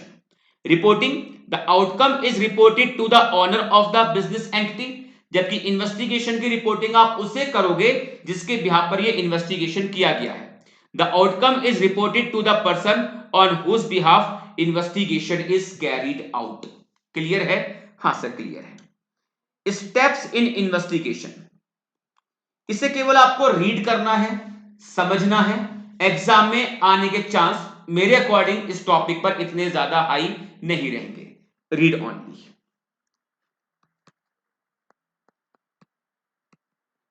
Read only. Determining the object and scope, अगर मैं आपको कुछ इन्वेस्टिगेशन करने के लिए कह रहा हूं तो इन्वेस्टिगेशन करने के आपके स्टेप्स क्या होंगे। जैसे सपोज कि अगर मैं आपको ऑडिट करने के लिए कहता हूं तो ऑडिट करने के स्टेप्स क्या होते हैं आपके, कि मैं एक बार ऑब्जेक्टिव और स्कोप के बेस पर एक प्लान डेवलप कर लेता हूं, प्लान डेवलप करने के बाद आप अपने ऑडिट प्रोसीजर्स परफॉर्म करते हो, RAP FAP, उसके बाद आप ऑब्टेन करते हो सफिशिएंट एप्रोप्रिएट ऑडिट एविडेंस, फिर ऑडिट एविडेंस को आप एनालाइज करने के बाद अपने कंक्लूजन्स ड्रॉ करते हो और उन कंक्लूजन्स के बेसिस पर अल्टीमेटली एक ओपिनियन आप फ्रेम करके आते हो। तो यही आपके ऑडिट के स्टेप होते हैं। तो जिस तरह से आपके ऑडिट के स्टेप है, एग्जैक्टली आपके इन्वेस्टिगेशन के स्टेप्स क्या है, कि अगर मैं आपको कुछ इन्वेस्टिगेट करने के लिए कहता हूं, कुछ भी हो सकता है, किसी भी मामले पे इन्वेस्टिगेशन हो सकता है, तो उस इन्वेस्टिगेशन में आपके स्टेप्स क्या होंगे। The investigator should be the investigator should be absolutely clear about the purpose of investigation, कि भाई आप मुझसे क्या इन्वेस्टिगेट करवाना चाहते हो। obtain clearly written instruction covering the object and scope of investigation. खुद सोचिए कि कोई अगर आपको एज इन्वेस्टिगेटर अपॉइंट करेगा तो क्या एक फॉर्मल वे में आपके साथ वो पहले रिटन कम्युनिकेशन करेगा या नहीं करेगा? बिल्कुल करेगा। प्रॉपर आपके पास एक चिट्ठी आएगी, आप अपने इस एंगेजमेंट को एक्सेप्ट करोगे तो उस चिट्ठी में क्लियर लिखा हुआ होगा कि किस पर्पस के लिए हम आपसे इन्वेस्टिगेशन करवाना चाहते हैं और इसमें आपको किन किन एक्टिविटीज को इन्वेस्टिगेट करना है। तो क्या क्या एक्टिविटीज को आपको इन्वेस्टिगेट करना है, ये तो क्या हो गया इसका स्कोप, और किस पर्पस के लिए हम ये इन्वेस्टिगेशन करा रहे हैं वो क्या हो गया इसका ऑब्जेक्ट। तो इन्वेस्टिगेटर भाई साहब क्लियर होना चाहिए इस बात को लेकर कि जिस चीज को इन्वेस्टिगेट करवाने के लिए कहा जा रहा है, बेसिकली जो इन्वेस्टिगेशन मुझसे करने के लिए कहा जा रहा है, वहां पर मेरा ऑब्जेक्ट, इस इन्वेस्टिगेशन का ऑब्जेक्ट क्या रहेगा और किन किन एक्टिविटीज को मैं इन्वेस्टिगेट करूंगा, दैट इज इसका स्कोप क्या रहेगा। इसके बेस पर अब आप डेवलप करेंगे अपना investigation programme. What is called programme? It is detailed plan of conducting investigation. The investigation program should be drawn up having regard to the scope of investigation and instruction from the client. तो client ने आपको किस तरह से investigate करने के लिए कहा है, कुछ अगर आपको इंस्ट्रक्शंस क्लाइंट ने आपको प्रोवाइड कराई हैं, और जो आपका स्कोप था, स्कोप का मतलब कौन कौन सी एक्टिविटीज को आपको इन्वेस्टिगेट करना है, इनके बेसिस पर आप अपना इन्वेस्टिगेशन का एक प्रोग्राम को मैं फिर बोल रहा हूं, प्रोग्राम का मतलब होता है आपका एक बेसिकली डिटेल्ड प्लान। तो आप यहां पर अपना एक programme that is detailed plan आप यहां पे तैयार करिए। Programme should also be flexible. What is called flexible? अच्छा ये बताइए, एसए 300 में आपने जब अपना एक प्लान डेवलप कर लिया और प्लान डेवलप करने के बाद जब आप अपने उस प्लान को एग्जीक्यूट करते हो, इंप्लीमेंट करते हो, दैट इज जब आप उस प्लान के बेस पर अपने ऑडिट प्रोसीजर्स परफॉर्म करते हो, तो ऑडिट प्रोसीजर परफॉर्म करते हुए अगर कोई इंफॉर्मेशन आपको मिल जाती है जो अदरवाइज पहले मालूम चल गई होती तो शायद मेरा प्लान कुछ और रहा होता। तो ऐसी इंफॉर्मेशन के अब मिल जाने पर क्या आप अपने प्लान को रिवाइज करते हो नहीं करते? मैं एक सिंपल सा क्वेश्चन बच्चे आप लोगों से ये पूछ रहा हूं, वैसे रिप्लाई तो आप लोग करेंगे नहीं, इस बात को तो मैंने मान लिया। और कल से ना मैं एक प्रैक्टिस और फॉलो करने जा रहा हूं, मैं मोबाइल ही, क्योंकि मेरा मन जब मैं पढ़ा रहा होता हूं तो बार बार मेरा ध्यान इस पॉइंट पर जाता है कि कोई बच्चा कुछ पूछ तो नहीं था, ठीक है, तो वो कई बार माइंड पढ़ाते पढ़ाते मोबाइल पे जाता है। तो कल से मैं डिवाइस भी अपने साथ नहीं रखूंगा, बिकॉज मुझे पता है कि आप इतने अच्छे बच्चे हो कि आप रिप्लाई करते ही नहीं हो। तो ठीक है, तो उसके से मेरा भी माइंड होगा ना बार बार बेटा मोबाइल पे नहीं जाएगा, मेरा फोकस फिर केवल और केवल किस पे जाएगा, वो कैमरे पे जाएगा। तो एसए 300 में जो आप अपना प्लान डेवलप करते हो, तो प्लान डेवलप करने के बाद क्या प्लान आपका रिवाइज हो सकता है नहीं हो सकता? क्या प्लान डेवलप हो जाने के बाद रिवाइज हो सकता है नहीं हो सकता? बिल्कुल हो सकता है। Exactly in the same manner of investigation, कि जब आपने एक इन्वेस्टिगेशन का प्रोग्राम डेवलप कर लिया तो उसमें फ्लेक्सिबिलिटी होनी चाहिए। ये नहीं कि एक बार जो कमिटमेंट कर दी तो आप किसी की सुनेंगे ही नहीं सुनना पड़ेगा। तो अगर इन्वेस्टिगेशन करते हुए मुझे दिखाई देगा कि कुछ चीजें मुझे अपने प्रोग्रामिंग में चेंज करनी चाहिए तो प्लीज इसको आप चेंज करिए, अपने प्रोग्राम को आप अकॉर्डिंगली मॉडिफाई करिए। तो programme should also be flexible so that knowledge gained with the progress of work can be used to extend, reduce or modify the extent and areas of checking. Now collection of evidence, आपने अपना programme develop कर लिया, तो programme develop करने के बाद अब आप इन्वेस्टिगेशन करना शुरू करिए और एविडेंस को आप कलेक्ट करना शुरू करिए। तो investigator is required to perform the procedures as designed in the programme so as to collect evidences. The investigator should look for the most convincing evidence. Most convincing का मतलब जो ज्यादा appropriate हो, लेकिन अल्टीमेटली मैं बोलूंगा कि यहां पर जो आपको एविडेंस चाहिए वो मोस्ट कन्विंसिंग में मैं बोलूंगा कि उसका जो लेवल होगा वो होगा बेटा यहां पर कंक्लूसिव, बिकॉज मैं यहां पर सफिशिएंट एप्रोप्रिएट ऑडिट एविडेंस की बात नहीं करूंगा, नॉट ऑडिट वर्ड बोलना चाहिए मुझे, वैसे यहां पर सफिशिएंट एप्रोप्रिएट एविडेंस की बात नहीं करूंगा, बिकॉज मुझे कोई ओपिनियन नहीं देनी है। तो अगर मुझे ओपिनियन देनी होती तो मैं सफिशिएंट एप्रोप्रिएट एविडेंस की बात करता।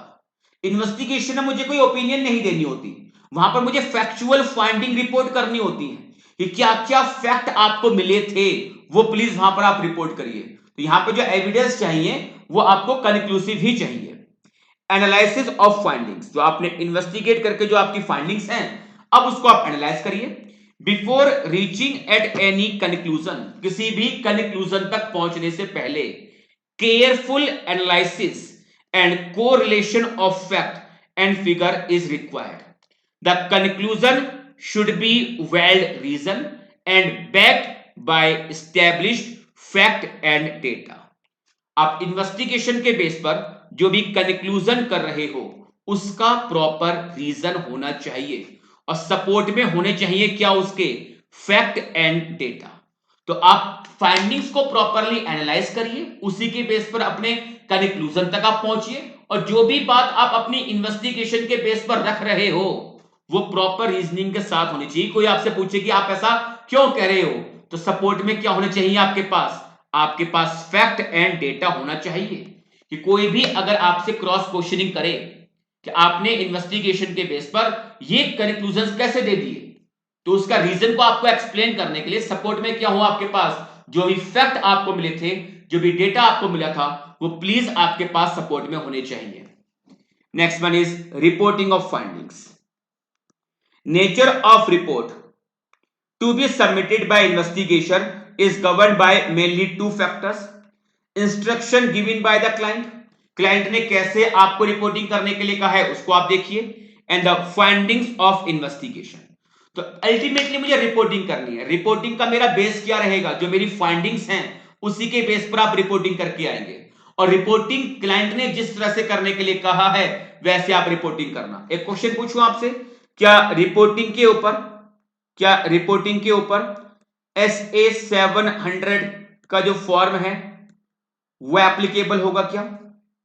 मैंने सपोज कुछ इन्वेस्टिगेशन किया और उस इन्वेस्टिगेशन में मैं अपनी फाइंडिंग के बेसिस पर, अपने कंक्लूजन्स के बेसिस पर अब अल्टीमेटली मैं रिपोर्टिंग करके आ रहा हूं, तो जो भी मैं यहां पर रिपोर्टिंग करके आऊंगा उस रिपोर्टिंग का फॉर्मेट क्या SA-700 वाला फॉर्मेट होगा क्या? यस और नो? बिल्कुल भी नहीं होगा, बिकॉज आप यहां पर कोई फाइनेंशियल स्टेटमेंट के ऊपर अपनी ओपिनियन देकर नहीं आ रहे. आप यहां पर फाइनेंशियल स्टेटमेंट के ऊपर अपनी कोई ओपिनियन देकर नहीं आ रहे. सो अकॉर्डिंगली बच्चे यहां पर रिपोर्ट किस तरह से जाएगी, जैसा क्लाइंट ने आपसे कहा होगा कि सर इस तरीके से यहां पर आप रिपोर्टिंग कर दीजिए, उस मैनर में आपको रिपोर्टिंग करनी होगी. So nature of report to be submitted by investigator is governed mainly by two factors. First one, instruction given by the client, and the second one is findings of the investigation, कि आपके investigation की findings क्या क्या थी. Issues to be kept in mind while preparing report. Exam में यहां पर question बच्चे आप उम्मीद कर सकते हो 4 नंबर का, कि आपको एक क्लाइंट ने इन्वेस्टिगेटर अपॉइंट करा था किसी मामले को इन्वेस्टिगेट करने के लिए और फाइंडिंग्स के बेसिस पर, कंक्लूजन्स के बेसिस पर अब आप अपनी एक इन्वेस्टिगेशन की रिपोर्ट तैयार करना चाहते हो. तो इन्वेस्टिगेशन की रिपोर्ट तैयार करते हुए किन किन बातों को आपको अपने माइंड में रखना चाहिए. बहुत अच्छा क्वेश्चन एग्जाम में 4 नंबर के पॉइंट ऑफ व्यू से. एक बार मैं उम्मीद करूंगा बच्चे प्लीज इसको ना एक बार आप सेल्फ रीडिंग में कवर करके देखिए. एक बार प्लीज आप इसको सेल्फ रीडिंग में कवर करके देखिए. मुझे नहीं लगता कि कोई भी पॉइंट यहां पर ऐसा होगा जो रीड करने के बाद आपको समझ में ना आए. क्वेश्चन की रिक्वायरमेंट तो क्लियर है ना, कि आपको एक इन्वेस्टिगेशन के बेसिस पर अपनी एक रिपोर्ट तैयार करनी है. रिपोर्ट मेनली दो फैक्टर पर डिपेंड करती है कि हाँ क्लाइंट की क्या क्या इंस्ट्रक्शन आई है और आपके पास किस किस तरह की फाइंडिंग्स थी, वो मैंने देख लिया. अब अल्टीमेटली अपनी एक इन्वेस्टिगेशन की रिपोर्ट बनाते हुए किन किन बातों को आपको ध्यान में रखना चाहिए. जल्दी से प्लीज आप इसको एक बार अपने एंड पे सेल्फ रीडिंग में कवर करिए, फिर मैं इसको एक्सप्लेन करता हूं.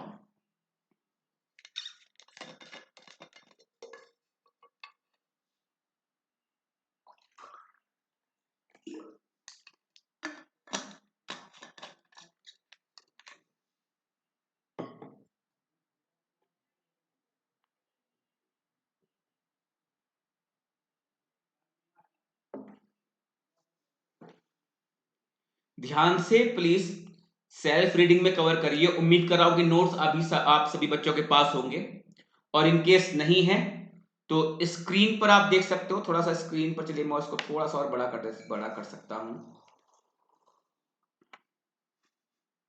पढ़िए ध्यान से.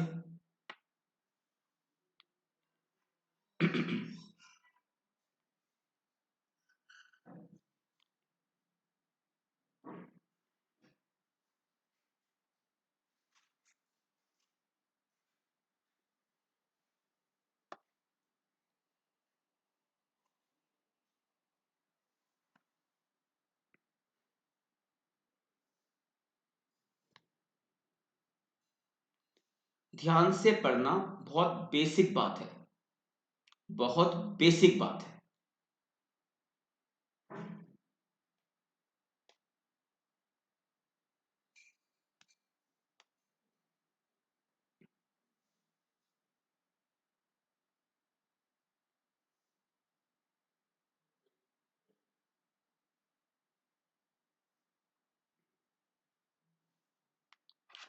पढ़ लिया? चलिए देखिए, मैं एक एक पॉइंट को अब यहां पे एक्सप्लेन करता हूं। The report should not contain anything which is not relevant. Because सामने वाला बंदा बेटा आपकी रिपोर्ट पढ़ रहा है और उसमें इररेलिवेंट बातें होंगी, तो जिस भी पर्पस के लिए कराया गया ये इन्वेस्टिगेशन, वहां पर जो इंटरेस्ट होगा वो रिसीव होगा, इंटरेस्ट गिरेगा। तो यूजर का इंटरेस्ट, जिसके लिए आपने ये इन्वेस्टिगेशन किया है, उसका इंटरेस्ट बना रहे आपकी रिपोर्ट पढ़ते हुए। तो आपकी रिपोर्ट के अंदर कुछ भी इररेलिवेंट बातें नहीं होनी चाहिए। Report should not contain anything which is not relevant. Second, relevant fact and conclusions should be properly linked. अगर आप अपनी इन्वेस्टिगेशन के बेस पर अपना कोई कंक्लूजन आप ड्रॉ कर रहे हो, तो जो आपका कंक्लूजन है that should be supported by the fact and data. अभी ऊपर हम क्या पढ़ के आए थे, देखिए ध्यान से यहां पर, the conclusion should be well reasoned and backed by the established fact and data.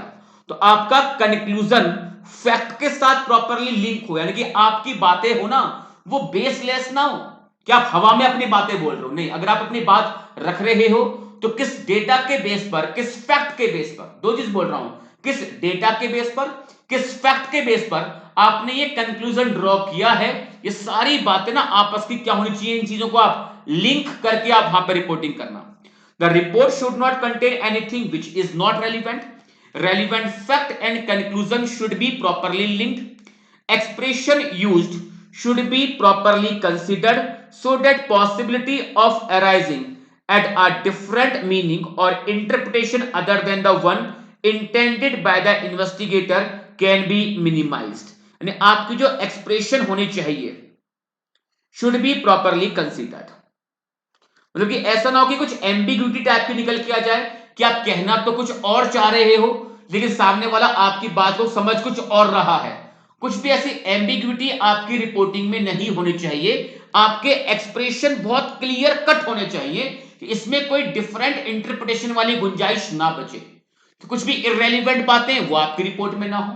आपके जो फैक्ट हैं, जो कंक्लूजन्स हैं, वो आपस में लिंक होने चाहिए। एक्सप्रेशन बहुत क्लियरली हो, किसी भी तरीके की कुछ ऐसा पॉइंट ना हो कि हाँ आपने कहना कुछ और चाहा बट यूजर ने आपकी बात को अदरवाइज लिया और उसने उसका एक डिफरेंट मीनिंग निकाल लिया। तो possibility of arriving at a different meaning or interpretation other than the one intended by the investigator can be minimise. तो क्लियरली आपके एक्सप्रेशन होने चाहिए। Basis and assumption made should be clearly stated.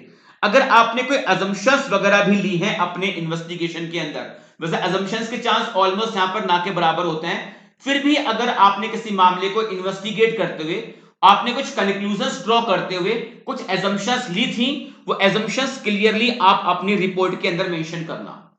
Report should clearly spell out the nature and objective of the assignment, its scope and limitation if any। आपने किस purpose के लिए investigation किया था, कौन कौन सी एक्टिविटीज को आपने इन्वेस्टिगेट करा, आपके काम के ऊपर इन्वेस्टिगेशन करते हुए कोई लिमिटेशन टाइप की आई थी, ये सारी बातें क्लियरली आपकी रिपोर्ट के अंदर आनी चाहिए।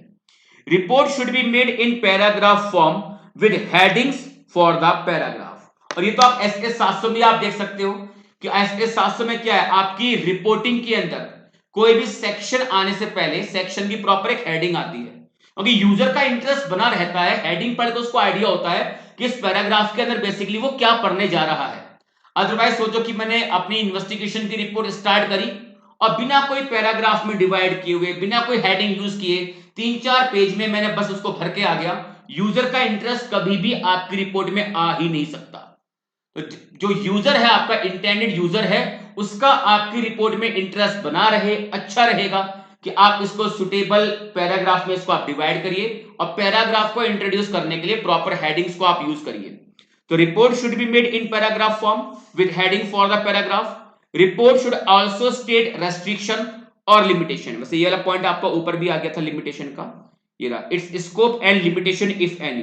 फिर भी अगर आपके काम के ऊपर किसी तरीके की कोई रेस्ट्रिक्शन आई थी, लिमिटेशन आई थी, उसको प्रॉपरली आप रिपोर्ट में मेंशन करिए.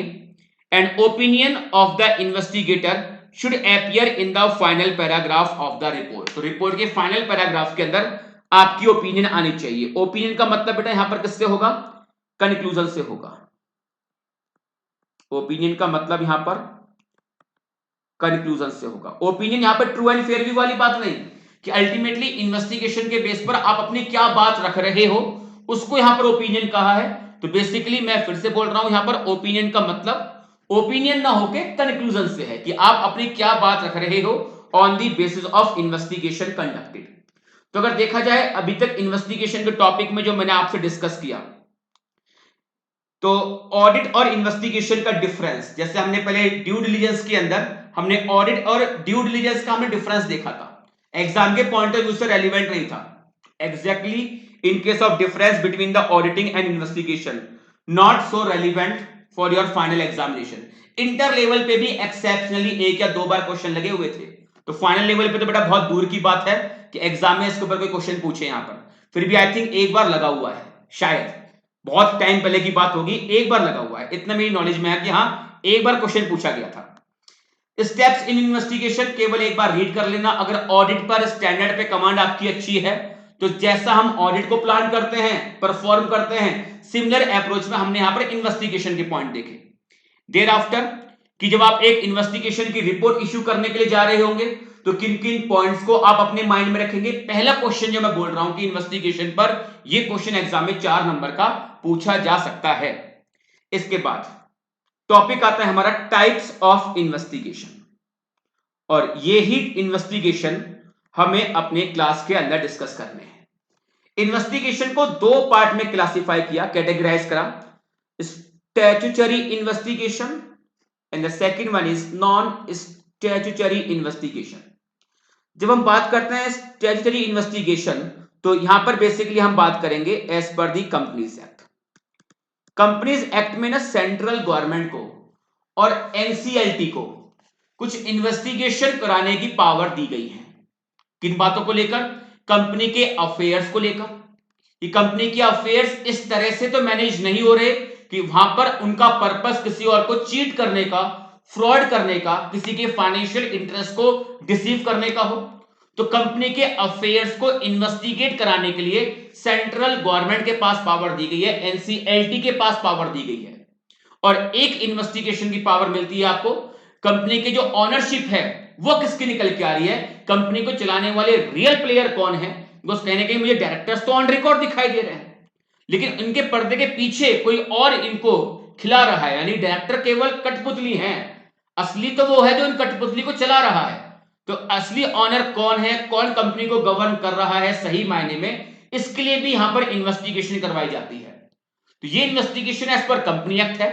और अगर बात करते हैं कोई ऐसे इन्वेस्टिगेशन जो एज पर लॉ नहीं है, फिर भी कुछ पर्पस के लिए इन्वेस्टिगेशन हो सकती है, तो ये है investigation on behalf of incoming partner, investigation for bank proposing to advance loan to company.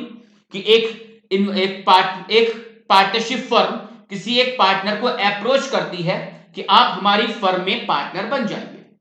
एक पार्टनरशिप फर्म एक किसी पर्सन को अप्रोच करती है कि आप हमारी फर्म में पार्टनर बन जाइए. तो अब वो पार्टनर मुझे अपॉइंट कर रहा है कि आप प्लीज इन्वेस्टिगेट करिए और मुझे रिकमेंड करिए, सजेस्ट करिए कि क्या मुझे इस पार्टनरशिप फर्म को एज पार्टनर ज्वाइन करना चाहिए या नहीं करना चाहिए. Investigation for bank proposing to advance loan to company. एक बैंक किसी कंपनी को लोन देना चाहता है, तो बैंक आपको अपॉइंट कर रहा है एज इन्वेस्टिगेटर और करके आप प्लीज मामले को, कंपनी को जाके आप इन्वेस्टिगेट करिए और उसके बेस पर हमें रिपोर्ट करिए, ताकि हम डिसीजन मेकिंग कर सकें कि हमें इस कंपनी को लोन एडवांस देना चाहिए या नहीं देना चाहिए. Investigation for valuation of share in private limited company. कि मैं एक कंपनी के शेयर्स, मैं एक प्राइवेट लिमिटेड कंपनी को टेक ओवर करना चाहता हूं. तो किसी भी कंपनी को आप टेक ओवर कैसे करते हो, जब आप उसकी कंपनी के शेयर्स में इन्वेस्टमेंट करते हो, इक्विटी शेयर्स के अंदर. तो मैं उसकी कंपनी के इक्विटी शेयर्स को ले लूंगा तो उस केस में मैं कंपनी का ओनरशिप मेरे पास आएगी। 51% अगर मैं ले लूंगा तो डिसीजन मेकिंग तो मेरी चलेगी। पर उस केस में सामने वाली पार्टी ने, कंपनी ने अपना एक शेयर का प्राइस जो कोड किया हुआ है, क्या ये प्राइस इतना बनता भी है या नहीं बनता, तो मैं ऐसी कंपनी के शेयर के वैल्यूएशन के ऊपर इन्वेस्टिगेशन करवाना चाहता हूं। Investigation on behalf of a person proposing to buy a business, कि भाई एक इंडिविजुअल है, वो अपना बिजनेस सेल कर रही है, तो कोई दूसरा पर्सन उसके बिजनेस को टेक ओवर करना चाहता है। बेसिकली ड्यू डिलिजेंस जो हम पढ़ते हैं ना, वो एक बड़े कॉर्पोरेट स्ट्रक्चर में वर्ड यूज करता है ड्यू डिलिजेंस। लेकिन सोचो कि मैं एक मेरे सपोज कि मेरे शहर में एक बहुत अच्छी दुकान है और मुझे मालूम चलता है कि उसका जो ऑनर है वो अपनी दुकान को सेल कर रहा है, तो मैं उसकी दुकान को परचेज करना चाहता हूं। तो उसकी दुकान को परचेस करते हुए मुझे किन किन बातों का ध्यान रखना चाहिए। बेसिकली देखा जाए तो यह भी एक तरीके का ड्यू डिलिजेंस है जो बहुत छोटे स्केल पे हो रहा है। कॉर्पोरेट लेवल पे चलता है तो एक टेक्निकल वर्ड दे दिया आपको, ड्यू डिलिजेंस, लेकिन देखा जाए तो मामले को एक तरह से आप यहां पर इन्वेस्टिगेट करते हो। एंड इन्वेस्टिगेशन ऑफ फ्रॉड, ये कुछ कैश फ्रॉड की बात करेंगे या फिर डिफेल्केशन की बात, सॉरी असेट को एम्बेजलमेंट करना, कैश को एम्बेजलमेंट करना या उसको मिस एप्रोप्रिएट करना, कुछ इस तरह के फ्रॉड की बात करेंगे। तो अगली जो हमारी क्लास होगी वो आई थिंक पूरी क्लास हमारी इन्वेस्टिगेशन के ऊपर निकल जाएगी, बिकॉज इन्वेस्टिगेशन का जो ये वाला पार्ट है, फ्रॉड वाला पार्ट, थोड़ा सा इसमें टाइम लग जाएगा और क्लास भी थोड़ी देखा जाए आपकी शॉर्ट ड्यूरेशन की है ये वाली। तो कल की क्लास जो हमारी रहेगी, अच्छा कल की क्लास है ना, कल की क्लास में थोड़ा बहुत इफ एंड बट वाली बात रहेगी, मतलब कि शायद क्लास हो या ना हो, बिकॉज कल मैं ट्रैवलिंग में इन्वॉल्व रहूंगा, लंबी ट्रैवलिंग रहेगी। तो क्लास का सामान मेरा एक्चुअली साथ ही रहता है हमेशा, तो जहां पर मैं ट्रैवलिंग कर रहा हूं मेरा घर ही है और वहां पर भी सेटअप है मेरे पास प्रॉपर। तो ये ना समझने कि सर ट्रैवलिंग कर रहे हैं इसका मतलब सर के पास स्टूडियो टाइप का नहीं होगा, सेटअप है प्रॉपर। बस ये कि अगर मैं टाइम से पहुंच गया तो उस केस में क्लास डेफिनेटली 100% आपकी लूंगा, अदरवाइज शायद मैं कल की क्लास शायद ना ले पाऊं। तो जो भी कुछ रहेगा मैं आपको अपडेट कर दूंगा, स्टाफ आपको अपडेट कर देगा। तो नेक्स्ट क्लास में हमारा जो टारगेट रहेगा वो इन्वेस्टिगेशन को कंप्लीट करने का रहेगा। फॉरेंसिक ऑडिट में टाइम नहीं लगेगा इतना, कह सकते हो कि इस चैप्टर का जो मेन कवरेज है हमारा इन्वेस्टिगेशन का वो नेक्स्ट क्लास का रहेगा। फॉरेंसिक ऑडिट के ऊपर तो एग्जाम में भी क्वेश्चन बहुत कम पूछा गया है, और अगर हम अपनी क्लास की बात करें तो एक मुझे नहीं लगता कि लगभग 1.5 घंटे के आसपास का फॉरेंसिक ऑडिट या अमेंडमेंट की बात कहूं तो फॉरेंसिक अकाउंटिंग शायद वो हमसे पूछेगा। ठीक है sir, you are 100x better than, मैं नाम नहीं पढ़ूंगा बेटा आप क्या नाम बोल रहे हो, ठीक है, थैंक यू। चलिए तो मिलते हैं फिर आपसे नेक्स्ट सेशन में, नेक्स्ट सेशन में मिले आपसे। अच्छा कोई भी डाउट हो तो मैंने आपको व्हाट्सएप नंबर दिया हुआ है ना, डाउट पूछ लिया करो, प्लीज पूछ लिया करो। देखो ऐसा टीचर नहीं मिलेगा आपको जो प्लीज कह के आपको रिक्वेस्ट कर रहा है कि प्लीज डाउट पूछो, ठीक है। तो प्लीज प्लीज प्लीज बच्चे अपने डाउट मुझसे आप पूछ लिया करिए टाइम से।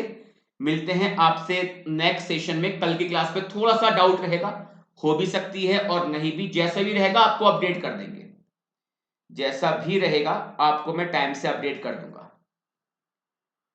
ठीक है। सेशन ओवर करें, ठीक है सेशन ओवर करते हैं, मिलते हैं बेटा नेक्स्ट सेशन में आपसे। Thanks to all of you.